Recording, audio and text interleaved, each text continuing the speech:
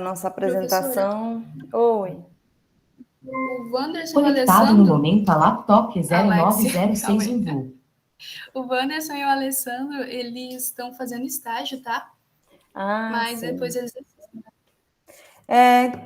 Não, tudo bem. Vou disponibilizar a aula lá no SIGA. Oi, Jorge, boa noite. Boa noite, professora. Boa noite, pessoal. Gente, hoje nós vamos falar sobre linguística aplicada crítica. Então, nós chegamos nesse ponto. E aí é o seguinte, hoje eu vou dar aula do jeito que vocês já estão acostumados, vou abrir a apresentação, mas na nossa aula da semana que vem, eu vou dividir um texto ao final da aula para que vocês falem na aula que vem, para o negócio ficar mais dinâmico, porque vocês participem também, falem também, tá? Porque daí na semana que vem nós vamos falar sobre gêneros textuais.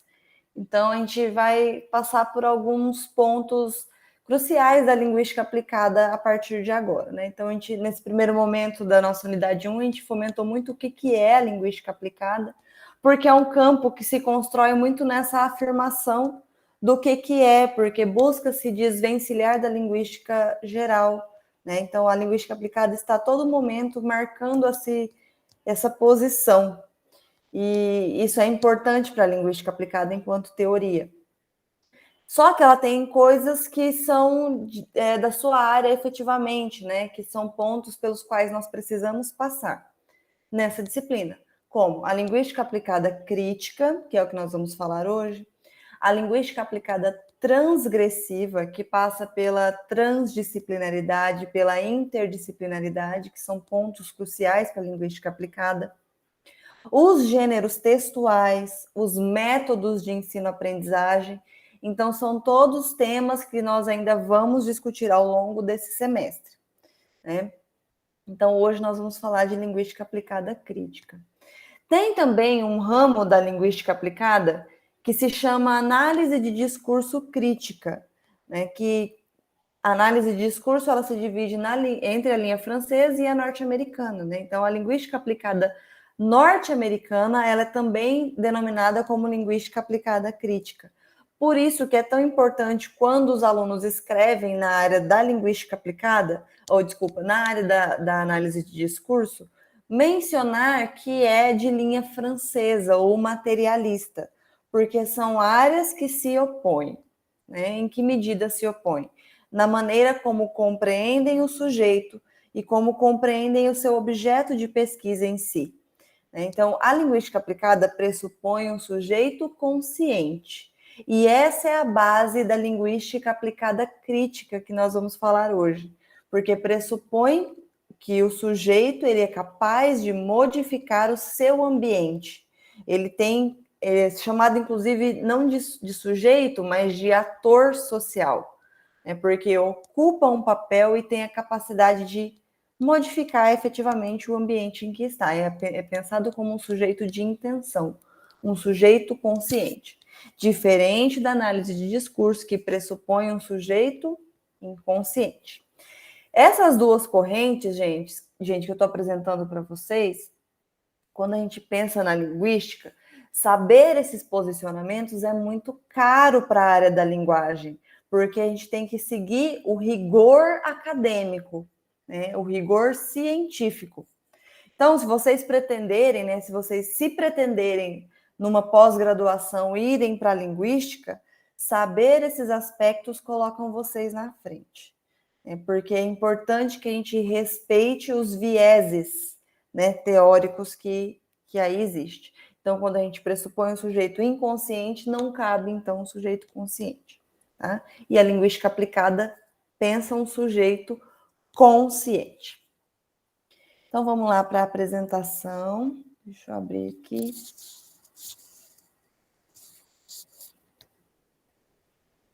E aí, o que vocês acharam da prova? Gostaram? Eu achei uma prova muito boa de fazer. Sempre tem perrengue, eu nunca vi. Toda vez que tem avaliação, tem perrengue. O negócio não abre, o negócio não funciona. Oh, Deus. Sempre. Eu também Vamos achei lá. muito boa. Foi tudo que a gente falou, né? Então, quem participou das aulas, que leu os textos, acho que foi bem tranquilo de produzir. Gente, o texto que eu trouxe para vocês hoje, vocês leram? Deu tempo de ler? Conseguiram ler? Porque eu anexei ontem lá na plataforma. Então, prof, eu li porque eu tinha lido umas semanas atrás, mas se a senhora pudesse colocar com mais antecedência, porque se eu não tivesse lido não ia dar tempo. Verdade, vou fazer isso, vou colocar com mais antecedência, uma semana antes. É isso mesmo, né? Você tinha me dito já que tinha lido o texto. Deixa eu até pegar meu texto aqui, gente. Esse texto, ele é do Kanavilil Rajagopalan, que é... Gente, eles são os caras da linguística aplicada, né? O Moita Lopes, o Rajagopalan, o Idalson. Então, são pessoas de referência pesada dentro da linguística aplicada. O texto que nós vamos ver hoje é do Rajagopalan. E ele fala justamente sobre uma perspectiva de uma linguística aplicada crítica. E aí, o primeiro capítulo que eu trago para vocês é Perspectivas para uma Pedagogia Crítica, que é o que, né, vai introduzir, vai anteceder um pouco esse olhar dessa linguística crítica. Quando falo para vocês assim, de linguística crítica, o que vem na cabeça de vocês sobre crítico? O que é crítico para vocês? Para mim é questionar o que está posto. Uhum. Posicionamento crítico, um posicionamento de questionamento. O que mais?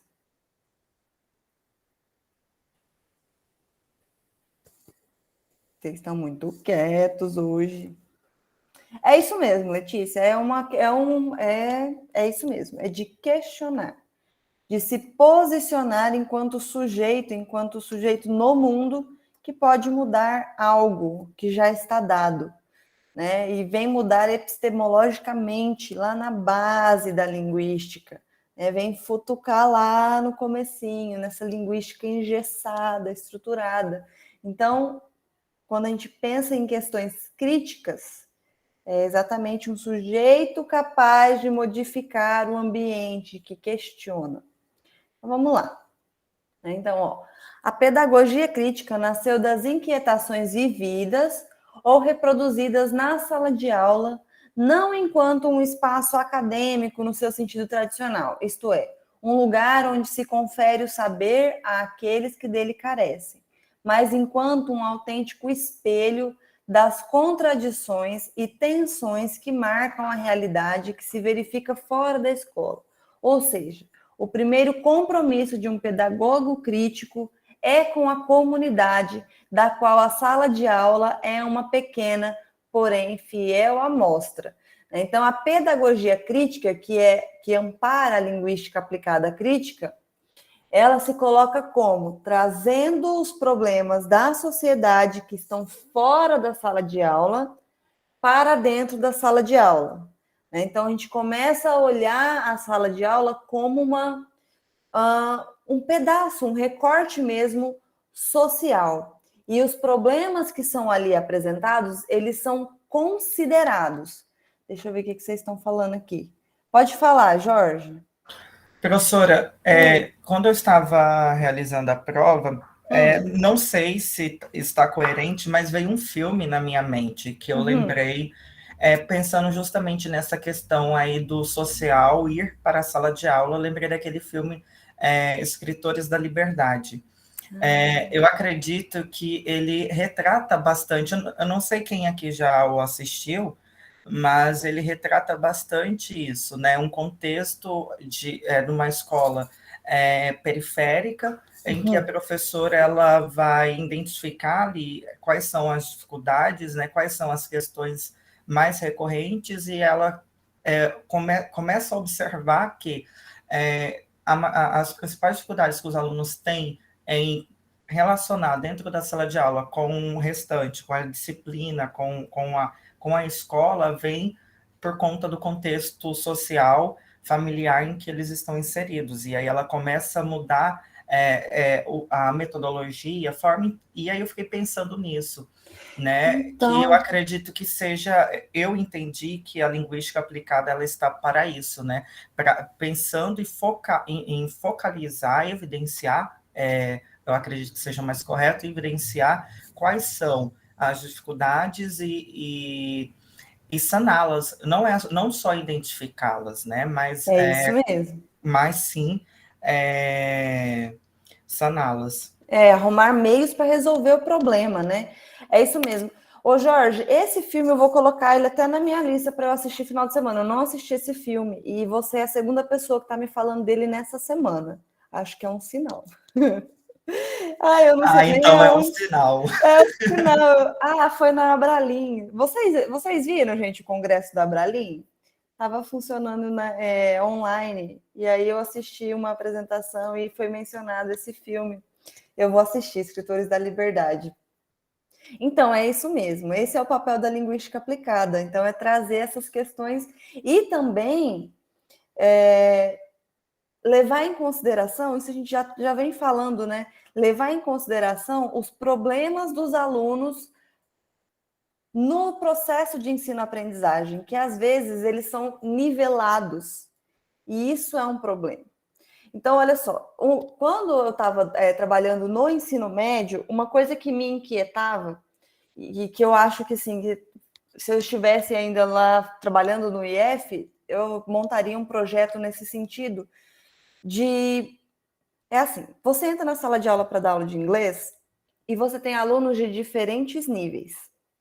Então, o professor, ele não pode trabalhar nem um nível tão avançado, porque quem está um pouquinho para baixo não vai conseguir acompanhar, e nem do contrário. Aí, o aluno que está avançado, ele fica desmotivado. E o aluno que está na parte iniciante, ele também se sente desmotivado, porque para atingir aquele nível. Eu acredito que uma das formas de trabalhar bem o inglês seria no contraturno, montando turmas diferentes. Por exemplo, se a gente tem níveis diferentes, a gente trabalharia, né, com turmas a partir de níveis, não primeiro ano, segundo ano, seria a partir do conhecimento pré-construído desse aluno. Eu acredito que essa seria uma das formas de trabalhar. Essa é até uma ideia para um projeto, para desenvolver um projeto. Por quê? Porque a gente tem essa tendência, o inglês ele tem sido trabalhado sempre numa média, para conseguir atender esses diferentes públicos. E aí a gente não consegue desenvolver bem. Esse é um dos problemas. Né? E esse problema desse aluno que está lá com defasagem, ele tem que ser levado em consideração. A linguística aplicada crítica, ela coloca isso como questão, porque o problema do aluno, ele tem que ser levado em consideração. O problema de aprendizagem, o problema de etnia, o problema de gênero, tudo isso tem que ser considerado. Tudo isso reflete no ensino e aprendizagem do aluno. Então, a gente tem que Professora, olhar... perdão, antes de senhora entrar aí, é que surgiu também uma outra inquietação. Pode falar.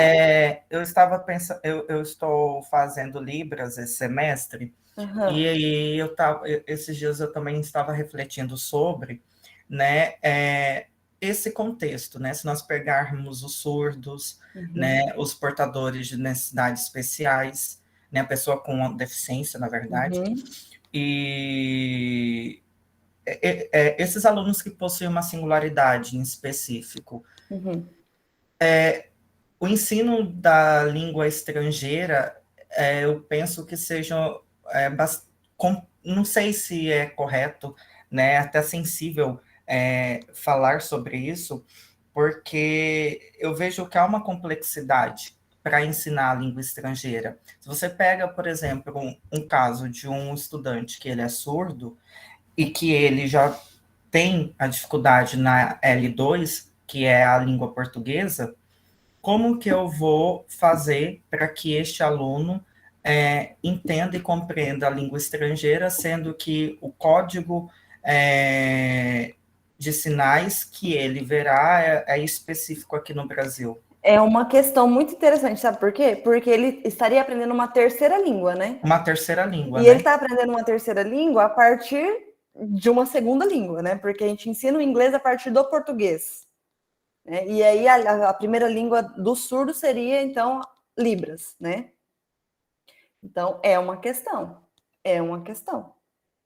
Não sei nem... Teria que pensar um outro método para trabalhar com o surdo. Realmente, Jorge, é um questionamento. E eu estava pensando sobre isso, professora, porque é desafiador, né?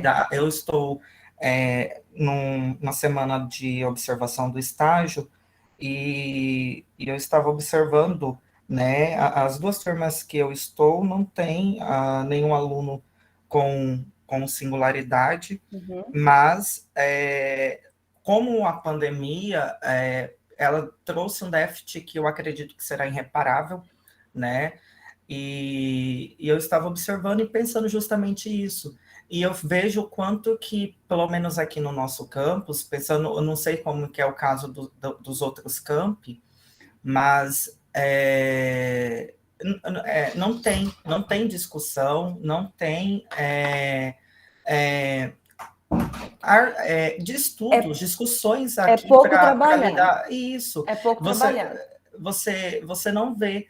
E, por exemplo, nós passamos já por disciplinas que discutem isso, estágio, práticas e procedimentos, metodologias, agora a linguística aplicada, e eu não vejo os professores se preocupando com esses casos. Nós sempre estamos falando já num contexto bastante generalizado. Eu entendo que para dar conta é necessário falar de um geral, né? Mas e quanto à nossa formação também, por isso que precisa buscar fora. Eu levanto esses questionamentos, né? Porque nós estamos em formação em docência, né? Mas existe um docente também, né? E você está dentro da escola, né? Você está vivendo.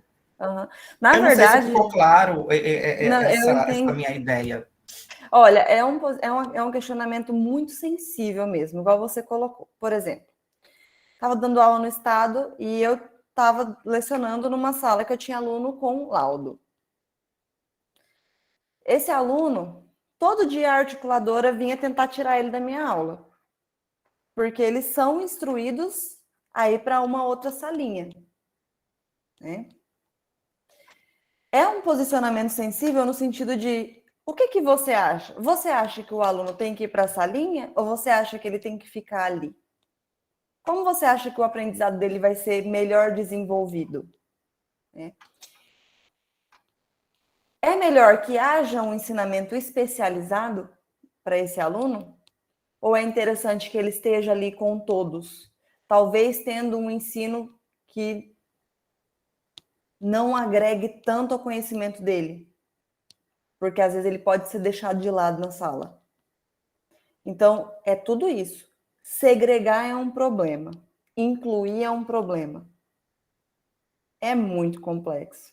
Realmente, Lohane, é muito complexo. Olha, eu trabalhei com alunos que tinham laudos, mas eles não tinham laudos muito sérios. Eu preferiria que eles ficassem na sala. Normalmente eu pedia para a articuladora deixar ele na sala comigo, porque eu conseguia ver que tinha desenvolvimento, até com questões sociais. Mas esse é um problema de pesquisa, porque a gente não tem pouca coisa. Eu nem estou trazendo para vocês, igual você falou, e outras áreas também não trazem, e a gente não é bem preparado para trabalhar essas questões em sala de aula. E elas existem. E são questionamentos que estão aí para a gente fazer pesquisa, para tentar solucionar. Sim, é um problema de pesquisa mesmo, né? Que precisa ser estudado, precisa Tem que ter ser cutucado. Exato, Tem que exato. ser fomentado. E eu penso até que nesse contexto da linguística aplicada é um tema que eu acredito que a linguística aplicada, pelo fato de solucionar ali uma problemática, talvez estaria mais preparada do que uma outra área dentro da linguística para poder tentar solucionar essa problemática. No seminário de vocês, o que eu pretendo que vocês realizem no seminário é justamente trabalhar com o objeto de pesquisa da linguística aplicada. Então, serão artigos que eu vou dividir entre vocês. Vou buscar artigos que talvez aborde esse assunto, porque daí a gente já traz ele para a nossa baila, né? Então, vamos lá, vamos seguir. Então, ó, o Giroux afirma: ensinar nos termos de Freire não é simplesmente estar na sala de aula, mas estar na história, na esfera mais ampla de um imaginário político que oferece aos educadores a oportunidade de uma enorme coleção de campos para mobilizar conhecimentos e desejos que podem levar a mudanças significativas na minimalização do grau de opressão na vida das pessoas. Então, vai ao encontro disso que nós estamos falando aqui da pessoa com deficiência, né, com todas as minorias, com tudo que existe de problemas sociais, né? O nosso papel como educador é tentar minimizar essas questões, né? E questionar, fomentar, assim como você está fazendo, Jorge. Porque é só assim que a gente consegue desenvolver pesquisa. A pesquisa, ela parte de um incômodo, sempre, de alguma coisa que está ali, te remoendo. E aí você vai para a pesquisa. Né? Por sua parte, Paulo Freire deixa claro que não há como se esquivar da luta, tanto dentro como fora do sistema educacional. Do ponto de vista da pedagogia crítica, a linha divisória entre o dentro e o fora, neste caso, é bastante tênue e precária, pois o que se faz dentro logo repercute fora e vice-versa.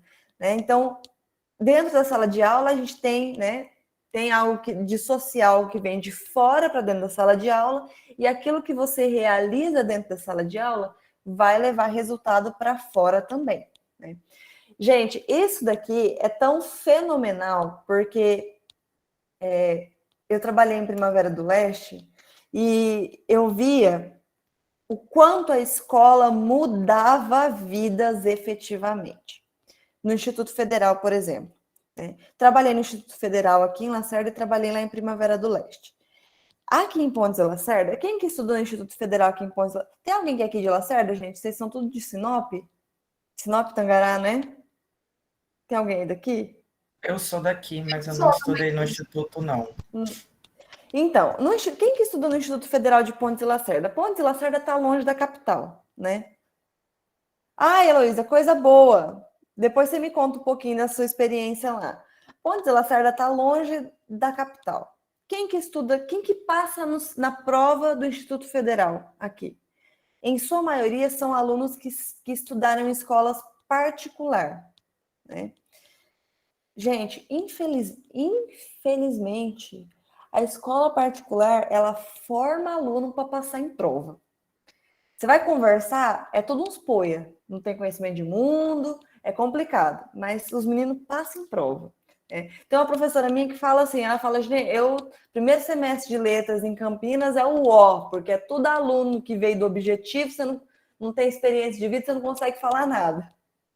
E ela veio num congresso aqui e os alunos de letras daqui conseguem discutir, tem outra vivência, né? Então passa por essas questões. Então, aqui em Lacerda, o aluno que está dentro do IF ele é diferente do aluno que está dentro do IF em Primavera do Leste, porque Primavera do Leste está perto da capital. Quem que estuda no IF? Pobre. Quem que estuda no Instituto Federal em Primavera do Leste? Pobre. Então, a gente tem uma mudança de vida. Por quê? Porque tem bolsa.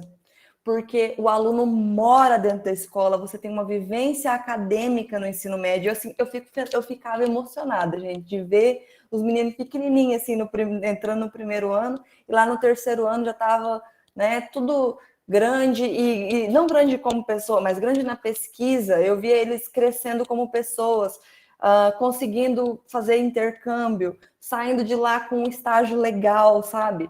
Então, assim, eu via a instituição mudando vidas. Enquanto eu trabalhei em Primavera, teve um concurso de robótica e eram 10 medalhas. E o instituto lá de Primavera levou 9 dessas 10 medalhas, né? Então, sabe, são adolescentes que estão trabalhando, fazendo robô. Eu ficava muito emocionada de ver isso, de ver efetivamente mudar a vida. Então, a gente tinha uma mudança efetivamente que estava dentro da escola e indo para o social. Gente, eu tive um aluno que foi embaixador internacional. Sabe aquele que vai entrevistar o presidente dos Estados Unidos, o Trump? Na época era o Trump, né? Então, meu aluno de segundo ano. É a escola fazendo efetivamente o seu papel. Então, assim, eu fiquei, né, muito realizada de ter vivido essa experiência. Fala, Heloísa, como é que era a sua experiência lá em Juína? Professora, além do ensino, né, que é o ensino integral, tinha o ensino técnico, eu fiz, no caso, técnico comércio, mas lá em Juína a área é muito agro, né, então lá tinha agropecuária e meio ambiente também. Mas o interessante do IFMT é que é ensino, pesquisa e extensão, né, assim como a universidade. Então, eu participei de um projeto de extensão no primeiro e no segundo ano, que era voltado para microscópios feitos de bambu e outros materiais reutilizáveis. Fui para eventos, fiz apresentações, seminários, artigos. Aí, no terceiro ano, eu entrei num outro projeto que já era mais voltado para a história de Mato Grosso. Então, todo o tempo que eu fiquei lá, eu tive esse acompanhamento, né? Esse a Vocês têm mais. uma vivência acadêmica, né? Sim, Já a no gente... ensino médio. Isso Nossa, eu mesmo. fico assim, Foi ótimo. E a FMT maravilhada. muda vidas mesmo, tá? O Instituto Federal, eu acho que deveria ser o ideal, né, para todos os jovens. Exatamente. Então, assim, é isso mesmo, a escola, né? É a comunidade acadêmica escolar conseguindo resolver problemas fora e vice-versa, né? Porque daí a gente tem problemas fora, né? Igual eu falei para vocês lá em Primavera, era uma questão social mesmo.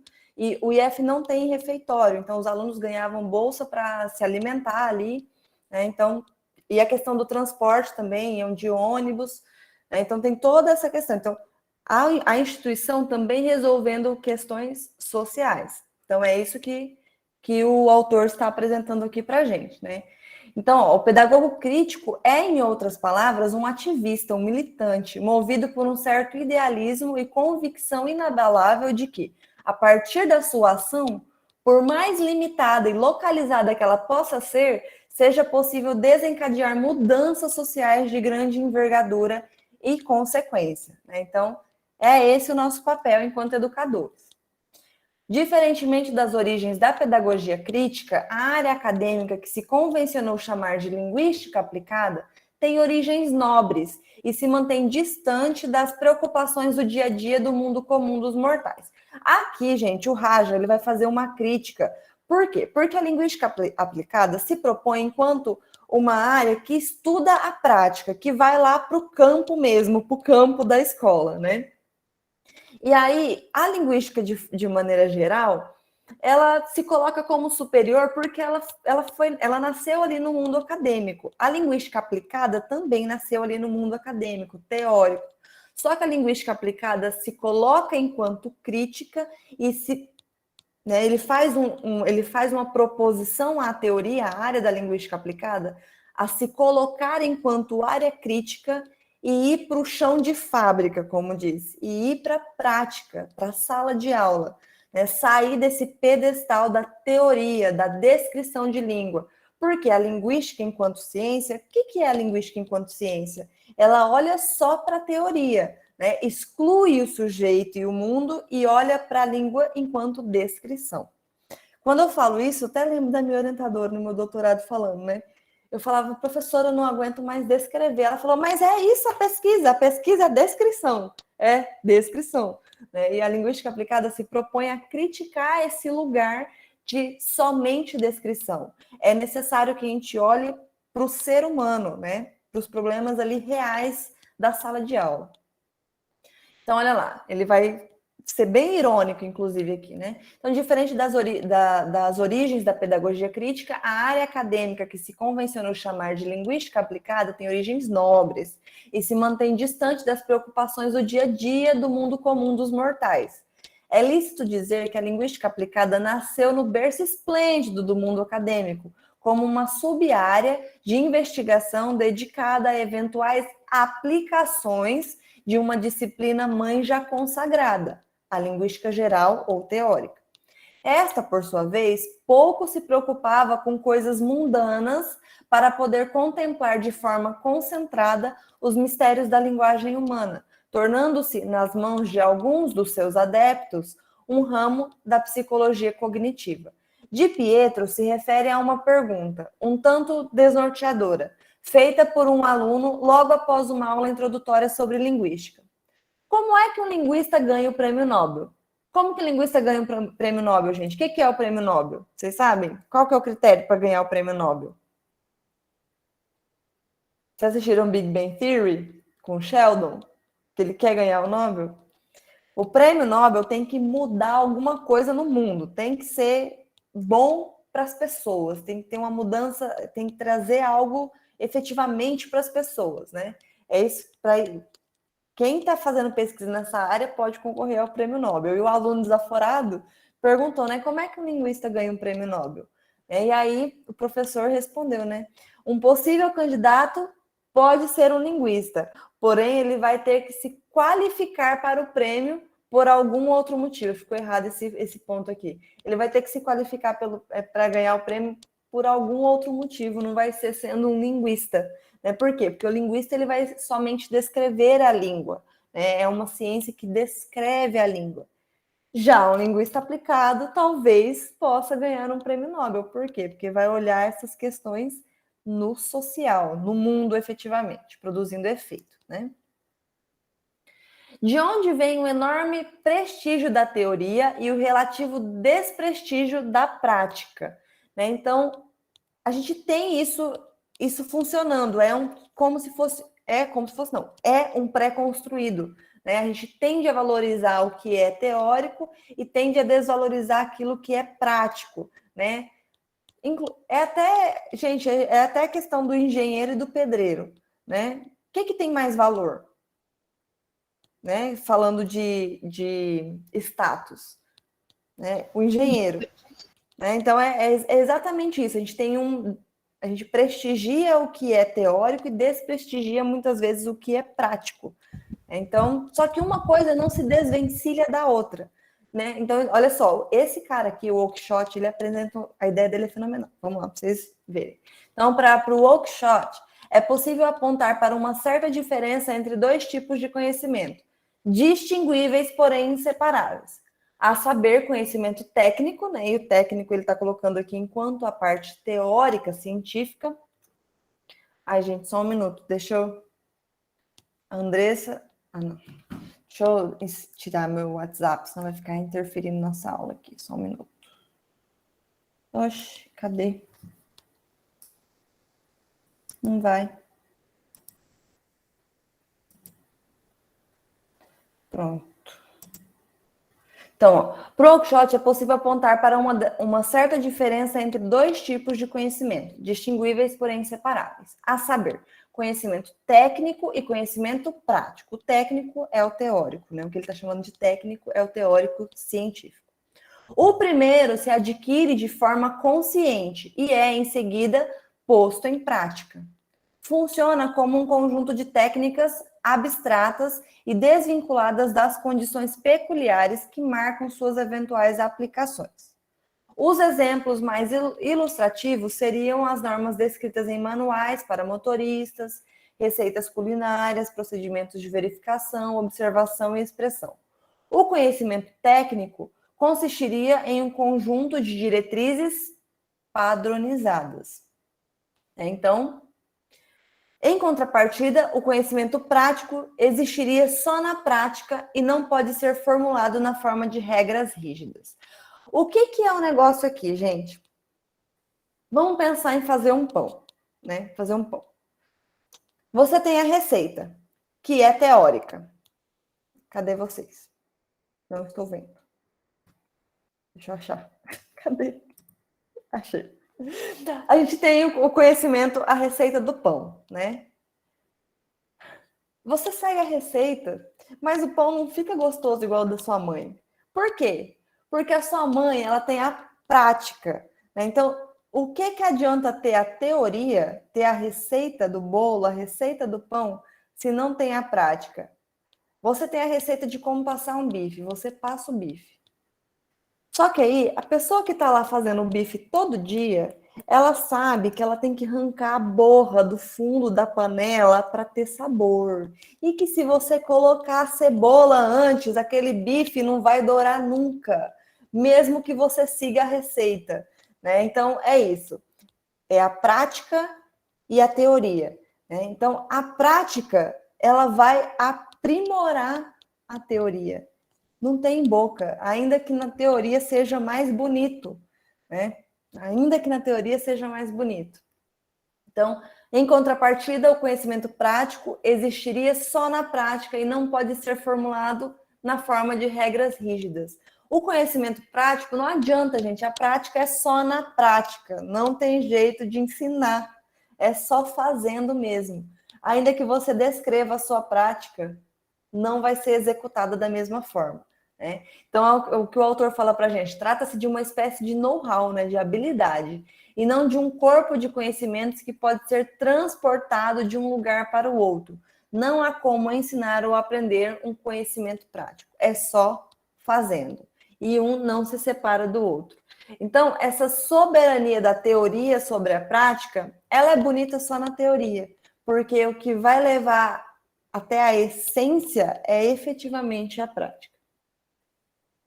Então, quando o conhecimento técnico é visto como autônomo e totalmente desvinculado da vida vivida no mundo real, nasce a ilusão de um saber contido em si, autossuficiente, né? Enclausulado, ficou escrito errado, gente. Separado de todas as demais campos do saber. E o que vem a ser, pior ainda, aparentemente segregado do conhecimento prático, ao qual ele está, a rigor, inseparavelmente ligado, né? Então, o conhecimento teórico não se separa, não se desvencilha do conhecimento prático. Pelo contrário, se ampara. A pior de todas as ilusões que isso cria é a ideia de que o conhecimento técnico seja não só superior, mas também anterior ao conhecimento prático.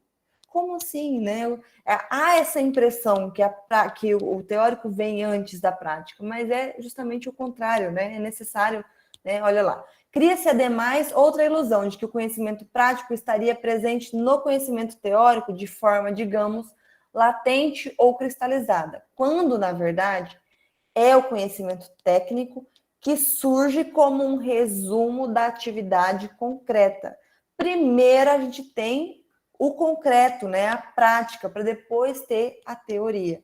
Esse é o princípio da gramática. Primeiro a gente tem gente falando, para depois a gente conseguir colocar regras, né, para a gente conseguir normatizar essa língua que tem gente falando. Então, primeiro vem a prática para depois vir o teórico. Então, essa supremacia da teoria, ela deveria cair por terra, porque ambos estão interligados. O professor que se atreve a criar um espaço dentro de sala para que seus alunos possam discutir livremente a própria vida fora da sala de aula e procurar relacionar o que se aprende nos livros à realidade que eles vivem no seu dia a dia, é visto com desconfiança e taxado de agente provocador ou alguém que confunde a nobre tarefa de educar com a prática nefasta de fazer cabeças e doutrinar. Então, um professor crítico já é criticado, né? Você que ousa modificar o sisteminha é criticado. E falando nisso, gente, me ocorreu uma coisa que está bastante alta, eu até quero questionar vocês, para vocês se posicionarem enquanto educadores críticos, eu queria ouvir de vocês a opinião sobre o pronome neutro. O que vocês pensam sobre isso? Sem julgamento, tá bom? Não vou julgar ninguém. Eu quero ouvir a opinião de vocês mesmo. O que vocês pensam sobre isso? Sobre o uso de pronome neutro. Eu vou deixar vocês falarem, depois eu falo o que eu penso. Vai lá, eu quero ouvir. Então, prof, meio polêmico, né? Polêmico. Eu nunca li nada sobre teórico, né? Mas, sinceramente, eu acho que não resolve, porque a língua, ela é um reflexo das nossas práticas sociais. E mudar a língua e não mudar a prática social não vai adiantar nada. E eu não acredito que colocar um pronome neutro vá mudar a prática social. E ela acaba provocando um apagamento também, né? Só você colocar um pronome neutro que tá tudo resolvido? Não sei. Acho que a gente precisava pensar para além disso. É muito polêmico. Assim, o que me causa, o que me incomoda é pensar assim, na liberdade. Eu não gosto de nada imposto, gente. A gente tem que ficar de olhos bem arregalados com tudo aquilo que cerceia a nossa liberdade. Sobre o pronome neutro, assim, as questões de gêneros, elas passam por uma identificação. Então, pensando nesse posicionamento crítico da gente, que a linguística aplicada está nos falando, né, de pensar com criticidade, questionando mesmo o que está colocado, é que, de onde que surge... Vou só concluir aqui, Jorge, meu raciocínio, e aí eu abro para você falar. De onde que surge a necessidade de um pronome neutro? Surge de um sujeito que não se identifica com os lugares que já estão colocados. Então, eu estava pensando, né, no sujeito que não se identifica com ele e não se identifica com ela. Como ele se identifica? Aí entraria o lugar do pronome neutro, né, de uma necessidade de posição de sujeito. Só que a língua, ela é o que você colocou, Letícia, a língua ela é um fato social. O pronome neutro só vai pegar se socialmente o negócio pegar, entendeu? Ainda que haja uma norma que venha do governo de cima para baixo, eu acho muito difícil pegar se a sociedade não colocar em uso, né? E eu não gosto desse negócio de governo interferindo na língua, mandando, porque eu penso que há um cerceamento da liberdade e isso me deixa de orelha em pé. Mas não consigo definir se é certo ou se é errado, também não é uma questão de certo e errado, mas o pronome neutro é um lugar de existência de um sujeito que não se localiza. Eu penso assim, mais ou menos por aí. Fala, Jorge. Professora, eu penso que a língua ela é mutável, né? Eu penso que a língua ela é viva. Eu penso não, né? Ela é viva. Agora eu penso que é impossível nós enjaularmos a língua, né? Nós não temos esse domínio de determinar, né, os limites, né, da língua, tanto que todos os dias nós temos aí as anomalias, né, que surgem, principalmente aí nessa esfera da linguagem tecnológica. Dentro dessa linguagem tecnológica, inclusive, existem, né, muitas palavras que estão vindo, né, para a norma padrão, que são originalizadas, que se originam, né, dessa linguagem tecnológica. Então, quando eu penso em pronome neutro, eu penso que já está em uso, o falante já está usando, né? Seja uma parcela pequena ou não, já está em uso. Então, quem somos nós para delimitar, né, os limites da língua? É isso mesmo. Então, eu penso desta forma. Eu até tenho alguns professores, né, da Unemat, que eu sigo, e esses dias, tem umas 2 semanas atrás, eu vi que alguém postou alguma coisa na rede social sobre isso, né? É um linguista, então, e falava justamente algo nesse sentido, né? Sobre esses limites da língua. É impossível nós delimitarmos. Impossível, a língua é viva, é isso mesmo, e é social. Se socialmente vir para o uso, vai ser usado, né? Vai ser usado, não tem... A gente não consegue limitar isso daí. Hoje aconteceu uma situação, por isso que eu falei, vou até levar para a sala de aula esse questionamento. Não sei se vocês viram nos jornais. Mas vamos lá, vamos continuar. Mas só falou o Jorge, falta as meninas. Queria ouvir todo mundo sobre esse tema. O que vocês acham? Falou Jorge, Letícia, as meninas ficam quietinhas. Professora, eu concordo que a língua é mutável, que de fato não se pode segurar a língua. Mas essa questão de uso, eu acredito que, como o Jorge disse, é por uma minoria. E acaba sendo aplicado para todos, né? De fato, é imposto por uma minoria para que a população toda adere a essa questão do pronome neutro. Eu acredito que é questão de uso. Se cair no gosto do povo, sim, claro, vai ser adepto da língua. Mas se não, vai ser mais uma coisa que vai passar, como várias outras passaram. É isso mesmo. Gente, essas questões de língua, a gente tem que estar atento porque é a nossa área, né? É a nossa área, letras, independente se vocês forem para literatura, né? Para educação, para a área que vocês decidirem seguir, mas a gente tem que estar antenado e nos posicionarmos mesmo, é importante. Quem mais queria falar? Lohane, que pediu? Vou seguir, tá bom? Então, olha lá, esse aqui eu já falei. Ao educador crítico, cabe a tarefa de estimular a visão crítica dos alunos, de implantar uma postura crítica, de constante questionamento das certezas, que, com o passar do tempo, adquirem a aura e a intocabilidade dos dogmas. Então, a gente tem que estar sempre atento a essas questões.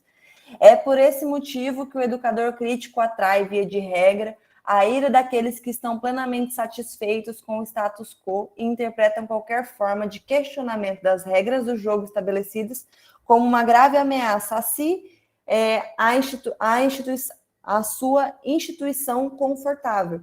Então, a gente tem que colocar o dedo nas feridas, sim, gente, trazer as questões polêmicas para a sala de aula, falar das questões que são sensíveis, porque não dá para ser professor de língua morno, tem que correr sangue na veia, né? Não dá para ficar na neutralidade, é posicionamento político mesmo.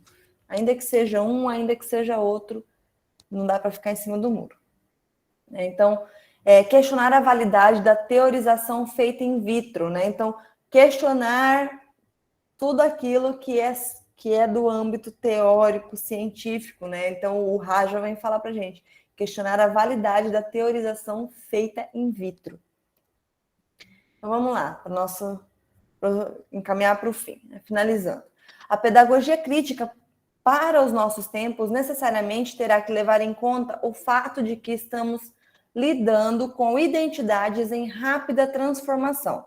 No caso específico da linguística aplicada, isso quer dizer que já não há mais desculpas para não adotarmos uma postura crítica em relação às teorias que advêm das áreas como a linguística, que tradicionalmente forneceram o embasamento teórico sem que houvesse qualquer possibilidade de uma interrogação crítica sobre o mesmo, porque a linguística, em seus primórdios, era descrição de língua, né? Então, não aceitava questionamento, eu olhava só para a língua em si. E a linguística aplicada vem colocar esse sujeitinho e fomentar as questões sociais. Quando eu falo das questões sociais, gente, eu já falei isso, vou reiterar, mas as questões sociais não como a sociolinguística, que descreve as interferências na língua, né? Mas estou falando de mudança social efetivamente, do social enquanto etnia, enquanto gênero, essas questões, né? Não de descrição, porque daí a sociolinguística pensa o social, mas ainda como descrição de língua, né? Que vai falar dos falares, essas coisas. Abordar a linguística de forma crítica implica, antes de tudo, abrir mão de uma das ideias pré-concebidas a respeito da pesquisa linguística, que, na verdade, apenas tem funcionado como um entrave. Trata-se da crença bastante arraigada de que, por ser um cientista, um estudioso que pretende estudar o fenômeno da linguagem nos mesmos moldes em que qualquer outro cientista estudaria seu objeto de estudo, tipo lá no laboratório, né? O linguista deve apenas buscar uma maior compreensão daquilo que escolheu estudar, a saber, a linguagem. Só descrever é um problema. Não basta só descrever, né? Tem que ir na prática, ver na prática como que o negócio funciona. A consciência crítica começa quando se dá conta do fato de que é intervindo na linguagem que se faz valer suas reivindicações e suas aspirações políticas. Então, aqui vale o exemplo do pronome neutro, né? Linguagem, gente, é posicionamento político, né? Por que há o desejo desse pronome neutro por uma parte em específica da sociedade? Porque não há o quê? Representação. É uma minoria, há menos representatividade. Então, marcar esse posicionamento na língua é importante. Nossa, imagina, gente, o tanto que a linguística deu um passo quando o Benveniste definiu o eu e o tu. Quando o Benveniste coloca lá o eu e o tu, ele pega a teoria do Saussure e fala tem sujeito, porque tem um eu que fala. tem um eu que fala. E quando a gente pensa no pronome neutro, a gente está pensando em um sujeito que está se colocando no mundo, um sujeito que não tinha lugar. E que por um pronome neutro talvez ache um lugar, né? Se posicione. Em outras palavras, toma-se consciência de que trabalhar com a linguagem é necessariamente agir politicamente, com toda a responsabilidade ética que isso acarreta. É isso. Né? Quando a gente fala de linguística crítica, linguística aplicada crítica, a gente está falando de posicionamento que muda o mundo. Deixa eu parar a apresentação aqui. É como mudança de mundo. É isso. Vocês têm alguma pergunta? Algo a acrescentar? Mais alguma coisa para falar? Mais uma polêmica? Professora, só retomando uma parte que eu acho interessante, quando nós falamos sobre a teoria e a prática, né? Eu vejo que é um termo que eu costumo brincar, que eu falo que existe uma máfia academicista que supervaloriza essa teoria. Eu vejo que alguns professores, eles não têm a realidade da base. E eu já vi em sala de aula comentários do tipo: a teoria realmente não substitui a prática, mas é preciso, né, aplicá-la, né, buscar maneiras de aplicá-la na sala.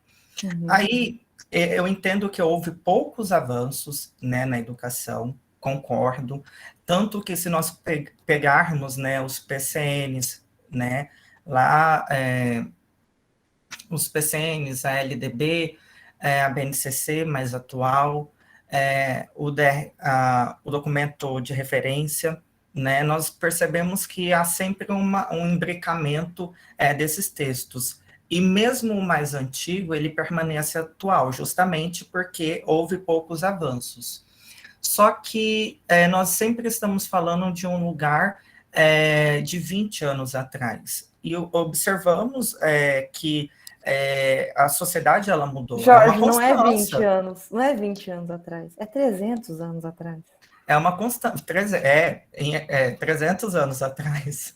Então, assim, há uma constância nisso. Eu digo porque a teoria, ela é importante, eu não sou nenhum negacionista de teoria, mas eu vejo que nós devemos repensar aí nessa supervalorização, principalmente dentro da academia, porque dentro da academia há aqueles ainda que são bastante incisivos e até autoritários nessa aplicabilidade aí dessa teoria, que nós sabemos que cada realidade vai ser única. Na mesma escola existe várias realidades. Você pega a turma de 9º anos, A, B, C, enfim, você vai perceber que o A é diferente do B, turma de 9º ano, alunos da mesma idade, a mesma quantidade de alunos, a mesma escola, né? Muitos inseridos no mesmo bairro, mas são realidades distintas. A forma como que eu insiro um plano de aula no A não é o mesmo que eu vou inserir no B, porque não tem como. E aí eu vejo que há essa supervalorização e talvez se perde muito tempo em discutindo teorias que não são tão mais atuais e não resolvem um problema da prática, o qual nós estamos aí, né, tentando mudar e nunca sai do lugar, fica esse ciclo, né? E lembrando que nós falamos da nossa realidade no contexto do estado de Mato Grosso, a qual o ensino do estado é cíclico, né? Não há aquele ensino voltado realmente à aprendizagem. Eu penso muito nessa questão de avaliação.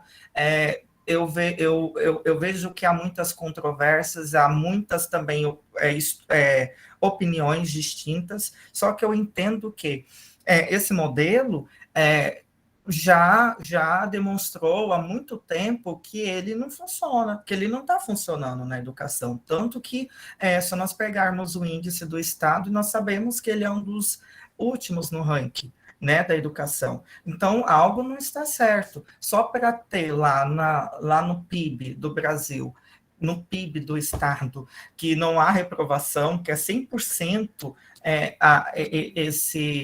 esse aproveitamento, não está resolvendo. Até não há reprovação, mas também não há aprendizagem, né? Não, eu até lembrei daquele texto do Castilho, não? Não foi do Castilho que nós lembramos. Almeida Filho. Isso, aquele texto do Almeida Filho, pensando nessa perspectiva da linguística aplicada, que antes a língua estrangeira ela não tinha, né, uma avaliação. A avaliação dela era uma avaliação por promoção. Por promoção. E isso gerou uma desvalorização da língua inglesa. Exato. Então, se nós atribuímos isso, né, a este momento, será que essa não avaliação também não gera essa desvalorização à educação? Com certeza. Gente, falando por vocês acham que se vocês não tivessem nota, vocês iam fazer os trabalhos? Se não precisasse nota para passar? Ia fazer? Olha, é uma minoria que vai fazer, porque tem brio. É uma minoria. Mas a gente é movido por essas questões de competitividade mesmo, de nota, de querer mais, de ser melhor, de conseguir mensurar o seu conhecimento.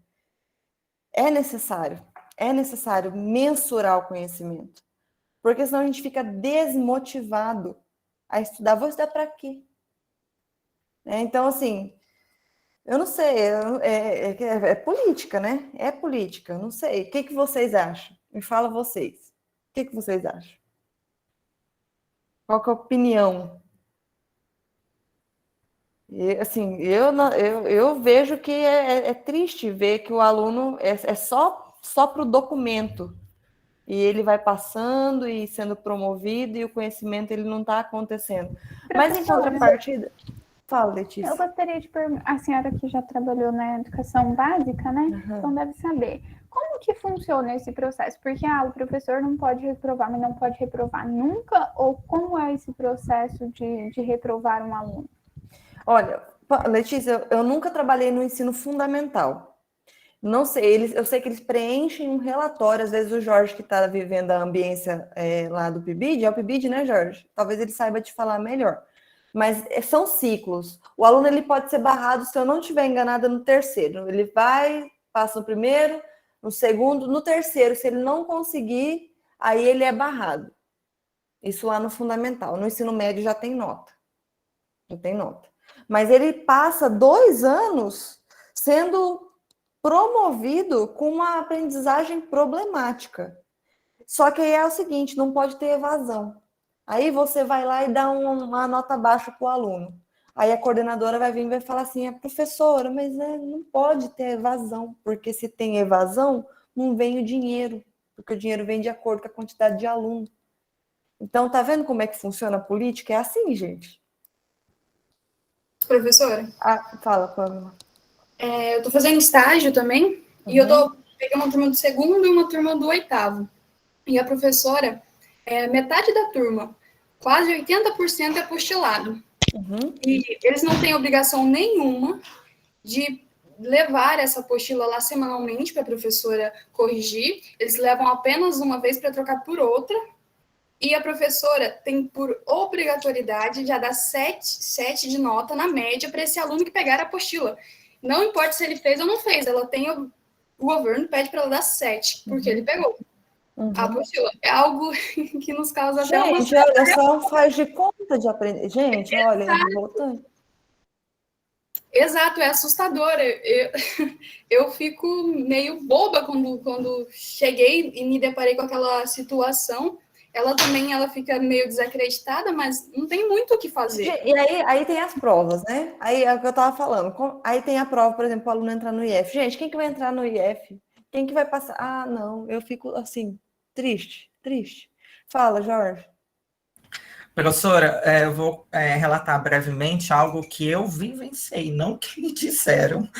O ensino fundamental, ele funciona com conceitos, né? AB abaixo do básico, básico, proficiente e avançado. Eu acredito que seja esses 4 mesmo. O meu primeiro contato com a escola lá em 2018, eu entrei numa turma em que o menino estava no 9º ano, ele não era aluno com laudo e nem tinha alguma singularidade. Ele era um aluno que não chegou ao 9º ano sem saber ler, virou um aluno copista, e que isso nunca foi resolvido, foi sempre passado para frente, empurrado ali, né, pela escola, pelo sistema, né, também. E este aluno, tanto que na época eu fiz algo que nem poderíamos fazer, eu falei assim, vamos trabalhar com reforço, né, do PIBID, e ia contraturno para trabalhar com este aluno em específico, quando ele ia, quando não tinha uma outra coisa em específico na vida dele que não poderia ir, e tínhamos que fazer a alfabetização, ensinar o abecedário, a formação de palavras, para bem aquela questão bem elementar, bem primária mesmo. E a professora nos relatou que eles não poderiam, porque só reprova realmente no último ciclo, no último ano, que é o 9º ano. É o único momento que pode reprovar o aluno no ensino fundamental. Só que não é sempre que isso ocorre, tanto que com esse menino não ocorreu. Ele foi mandado para o ensino médio, porque a escola talvez não queria lidar com o problema. Ele quer passar para frente, né? Passar para frente. E o aluno, ele era AB, isso era inevitável, indiscutível, ele era abaixo do básico, só que em todos os bimestres foi colocado B, para que esse aluno não reprovasse, porque se ele tivesse uma quantidade de AB, isso em outras disciplinas também, não tem que ser só em uma, então não adianta nada ser AB, abaixo do básico em português e nas outras tudo básico, proficiente, tem que ser um consenso, tem que ser a grande parte, a maioria ou todas as disciplinas. E todos tinham que fazer isso, B, porque fizeram reunião, coordenação, e também existe, eu não sei em específico dizer o que, mas existe alguma coisa que acontece, acho que deve ser corte de verbas, alguma coisa que acontece com a escola, se isso acontecer. Tanto que quando chega Prova Brasil, é uma loucura nas escolas, porque é o que vai, a Prova Brasil, a prova do, acho que é o ENAD também, que vai medir a nota da escola, é um caos, justamente por isso. E agora, nesse contexto de pandemia, de mês em mês, ou de bimestre em bimestre, está tendo a prova diagnóstica. Tanto que ontem eu pedi para a professora me enviar o resultado da prova diagnóstica, para eu, enquanto residente, não estagiário, observar, porque o estágio não dá tempo de você trabalhar, né? Quando você começa ali pegar o contexto, já termina o estágio.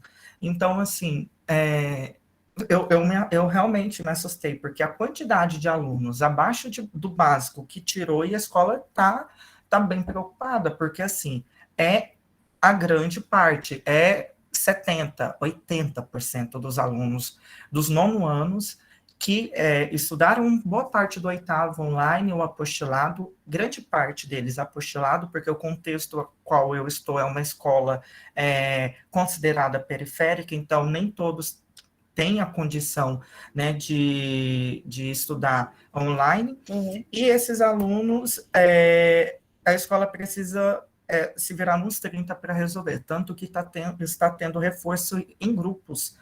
Por exemplo, hoje vai um grupo, amanhã vai um outro grupo, e assim sucessivamente, para ver se consegue sanar. Tanto que a escola teve que contratar um professor de português, um professor de matemática, apenas para essas aulas de reforço, porque a demanda realmente foi bastante. E aí eu pergunto,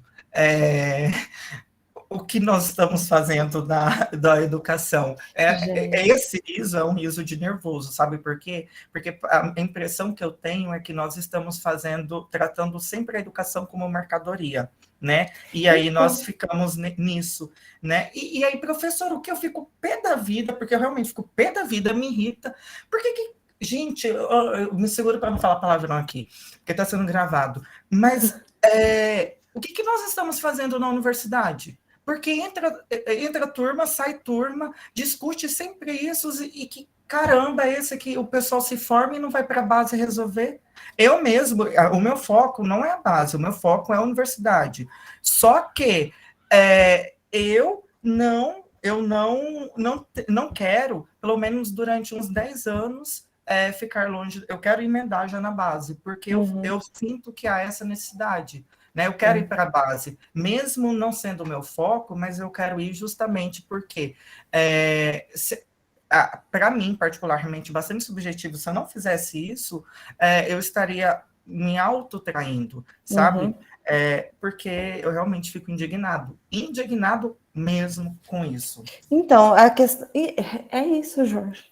E aí, olha só, eu vou falar, porque daí os professores de ensino médio estão pegando todos esses meninos que saem do fundamental desse jeito que vocês estão relatando aí e estão fazendo milagres, porque a gente tem pessoas boas entrando nas universidades. Olha vocês aqui, né? Não sei se vocês passaram por esse ensino ciclado. Eu não passei, graças a Deus.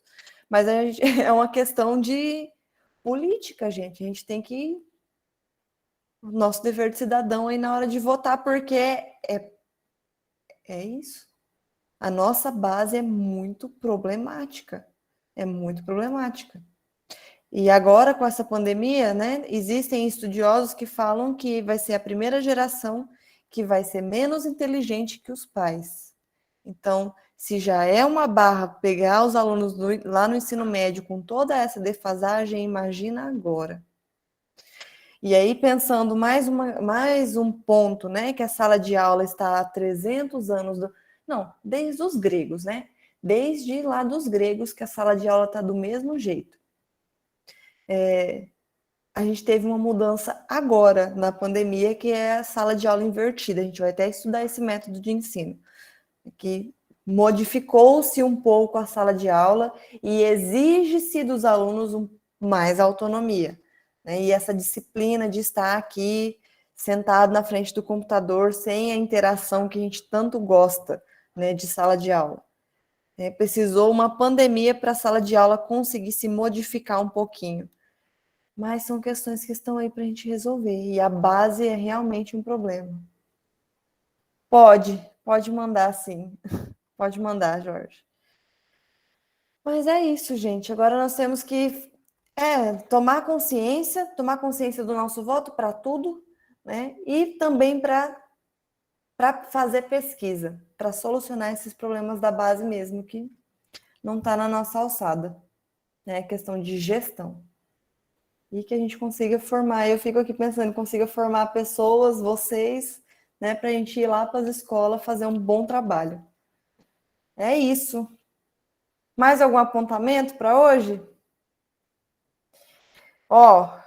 Não vou deixar a tarefa vai ser ler o texto da semana que vem. Vou colocar amanhã mesmo, tá, Letícia? Vou postar amanhã mesmo o nosso tópico já da aula que vem, para vocês falarem bastante na nossa próxima aula, que vai ser... Eu vou decidir aqui se vai ser a linguística aplicada transgressiva ou se a gente já vai entrar nos gêneros, mas acho que vai ser os gêneros. E aí eu vou definir quem que vai falar o quê. Vou deixar um pedacinho para cada um falar, tá bom? Então é isso, nós ficamos por aqui. Jorge, manda então a sua reflexão lá no grupo, pode mandar. Beleza? Beleza. Boa noite. Boa noite a todos. A todos. Boa noite.